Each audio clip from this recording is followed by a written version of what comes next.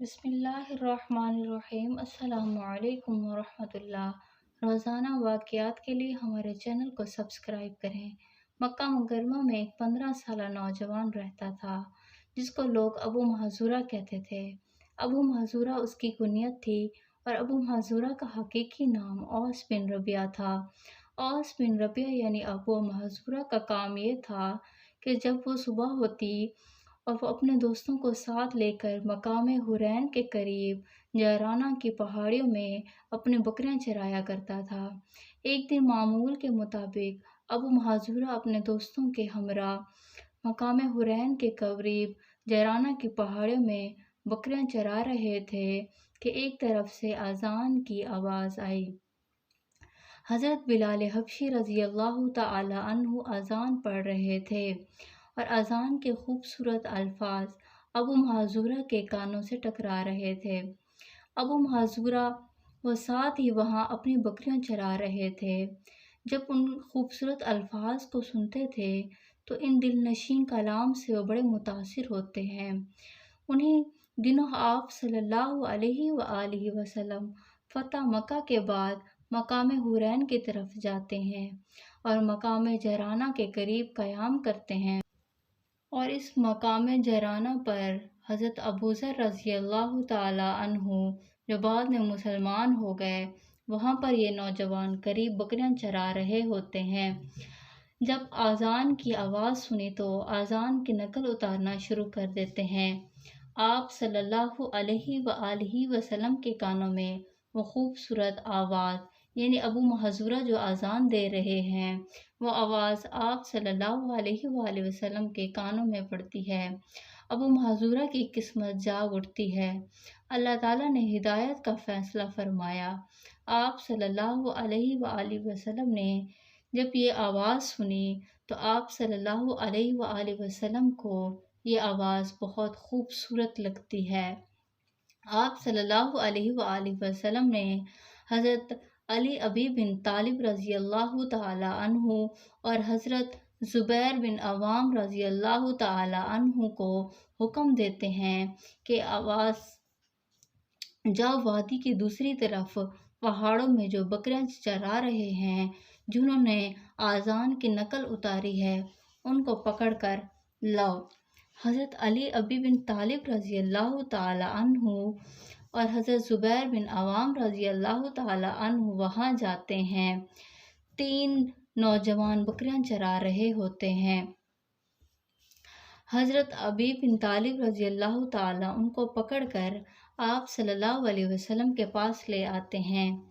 تینوں نوجوان جن میں ابو محذورہ بھی ہوتے ہیں، ابو محذورہ یہ سمجھتا ہے کہ شاید میں نے نقل اتاری ہے اذان کی، اس لیے انہوں نے مجھے پکڑ لیا ہے، اس لیے مجھے گرفتار کر لیا گیا ہے۔ ابو محذورہ کو اپنی جان کی فکر پڑ گئی اور اسے پورا یقین ہو گیا کہ شاید اب مجھے قتل کر دیا جائے گا۔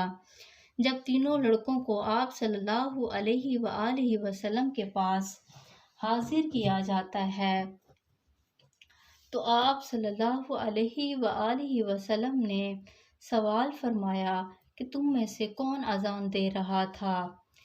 بلکہ حضرت بلال حبشی رضی اللہ تعالی عنہ جو اذان پڑھ رہے تھے، اللہ اکبر، اور ساتھ خوبصورت آواز آ رہی تھی، اللہ اکبر۔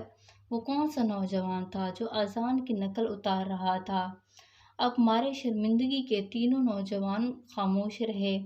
اب آپ صلی اللہ علیہ وسلم کی حکمت دیکھیں کہ آپ صلی اللہ علیہ وآلہ وسلم نے فوراً یہ نہیں فرمایا کہ اور ابو محذورہ تم نے اذان پڑھی، بلکہ آپ صلی اللہ علیہ وسلم نے ایک لڑکے سے فرمایا کہ اذان پڑھو۔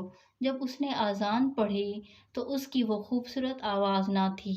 دوسرے سے فرمایا، انہوں نے جب اذان پڑھی تو اس کی بھی اتنی آواز خوبصورت نہ تھی۔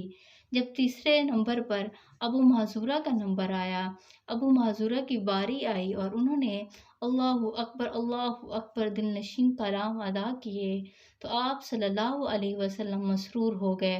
جیسے ہی اذان ختم ہوتی تو نوجوان جو ابو محذورہ محظورہ کے ساتھی تھے، وہ ان کے ساتھ بکریاں چراتے تھے۔ وہ خوف کے مارے وہاں سے بھاگ جاتے ہیں، شاید ہمیں قتل کر دیا جائے گا۔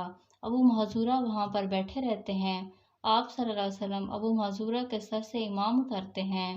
آپ سر پر ہاتھ پھیرتے ہیں اور اللہ تعالیٰ کے سامنے اپنے ہاتھوں کو اٹھا کر ابو محظورہ کے لیے دعا مانگتے ہیں۔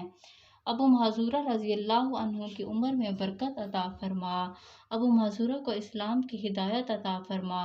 آپ صلی اللہ علیہ وسلم نے یہ دعا ایک نہیں بلکہ 2 مرتبہ مانگی کہ یا اللہ ابو محظورہ کو اسلام کی توفیق عطا فرما اور اس کا سینہ اسلام کے لیے کھول دے۔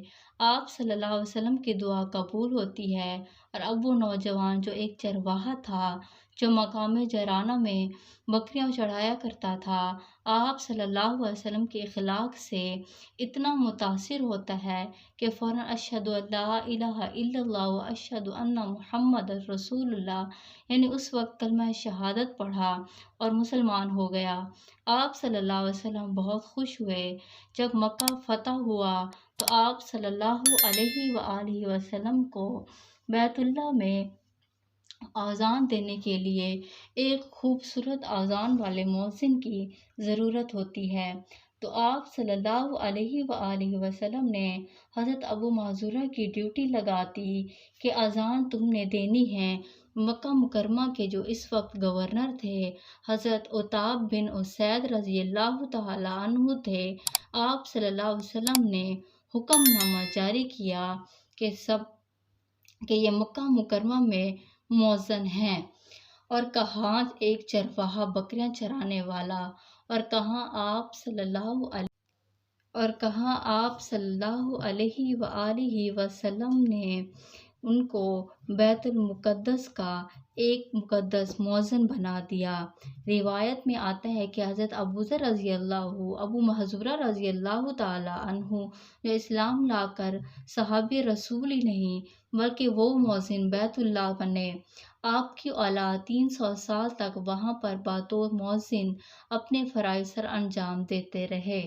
مزید ایسی ویڈیوز کے لیے ہمارے چینل کو ضرور سبسکرائب کریں اور ویڈیو کو لائک کریں۔ شکریہ۔